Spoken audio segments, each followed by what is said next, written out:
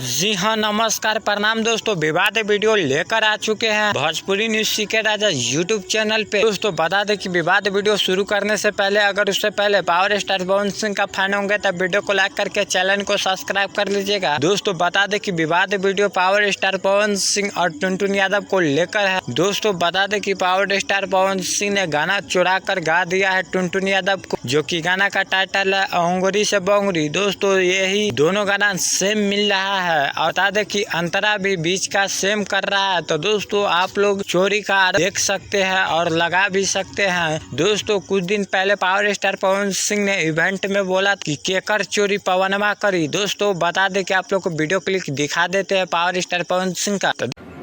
लेकिन चोरी मैं नहीं करता। आप भोजपुरी इंडस्ट्री में केकर चोरी पवनमा करी रे।